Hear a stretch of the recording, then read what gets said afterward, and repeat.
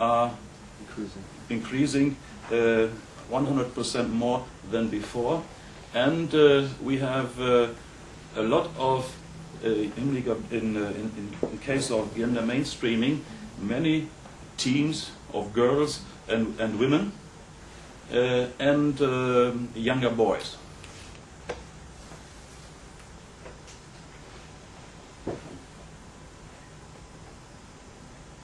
Ja, das geht. Impressions of indoor sports. This is the competition indoor pool.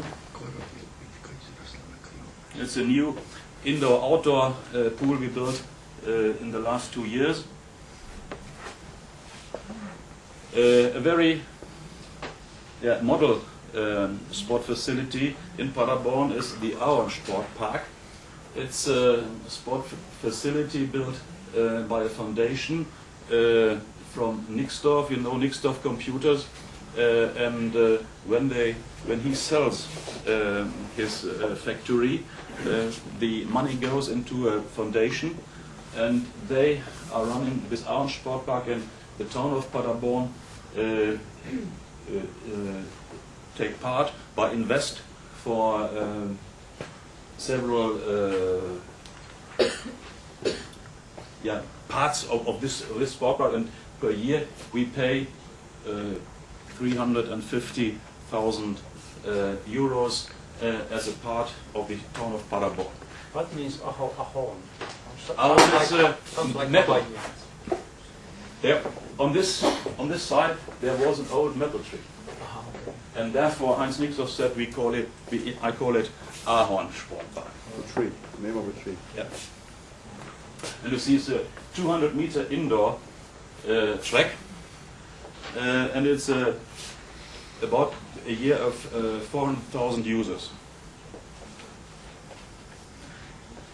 A lot of leather sport we have in Paderborn, and for all this we have invested in the last 10 years for about 50 million euros.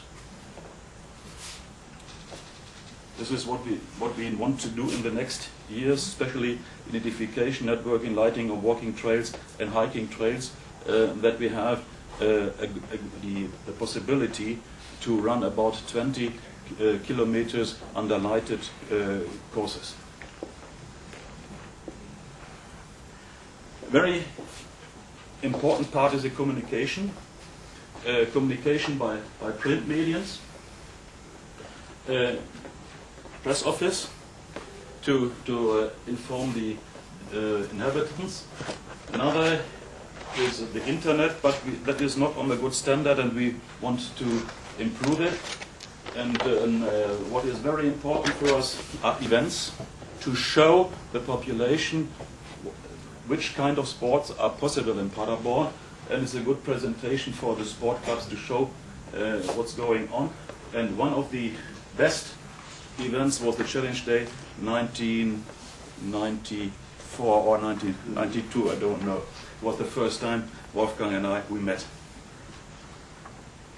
And what we want to do in the future, you see, learning to swim. This we have to recognize that's a problem.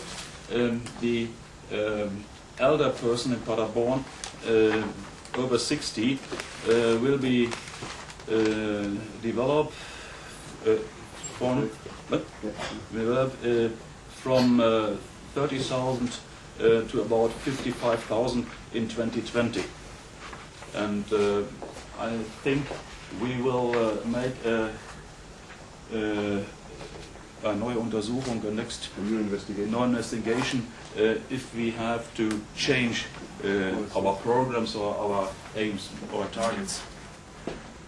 Yeah, when you want to have further information, so I think this will be in the protocol, then you can look there. Thank you very much. I hope you have understand a little bit for me, because it's the first time that I have to present Paderborn sports in English. We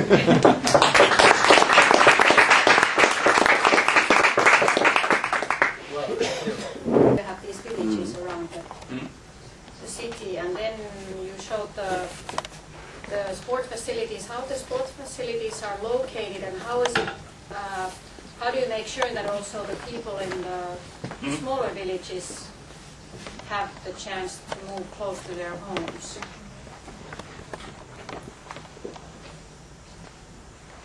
But the people in the small villages are mostly farmers, and they have enough physical activity.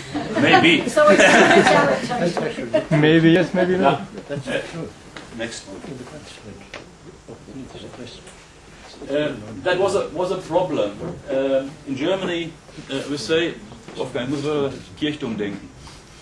Oh well, the people are concentrating on their town, on their neighborhood, and we have a list of priorities to renew our sport facilities, and maybe this town is the last of all, but they have other facilities. They get a no indoor sport hall, and it was our target. The Ahrensportpark is situated here, and it is in the middle of all the towns, and where we have deficit in this area, we have built with the inline park in this area to connect the Siedlungsgebiete, the estates, the other settlements. In this part, and therefore we have an Ausgleich. We have A balance. A balance between the city parts, and in all the other parts, there are renewed sport facilities.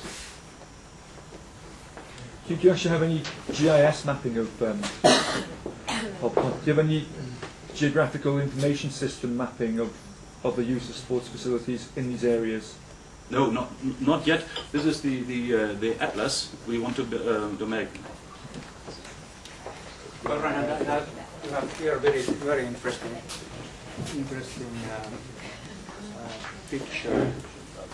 Picture? This one. Yeah. At the end. No, I meant this one. So, is this you see whole population in Paderborn, or is it adults or? No, it's the whole population from 10 up to 70 years. Okay.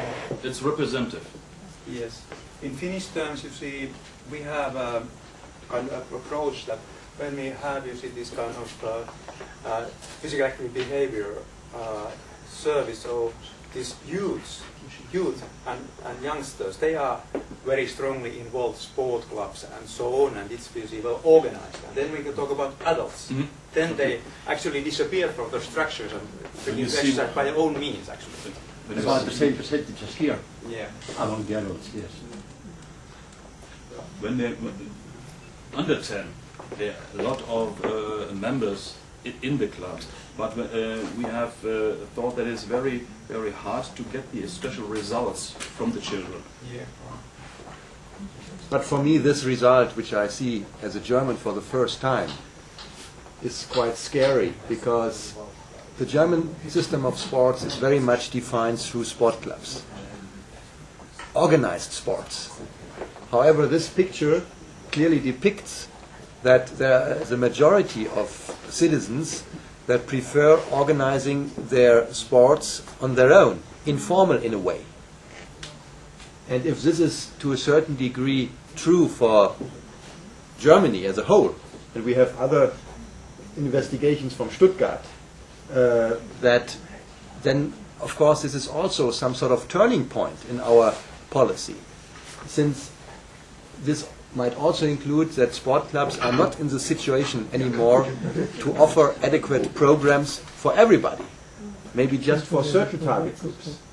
And somehow those 73% have been accommodated, so they exist in a way.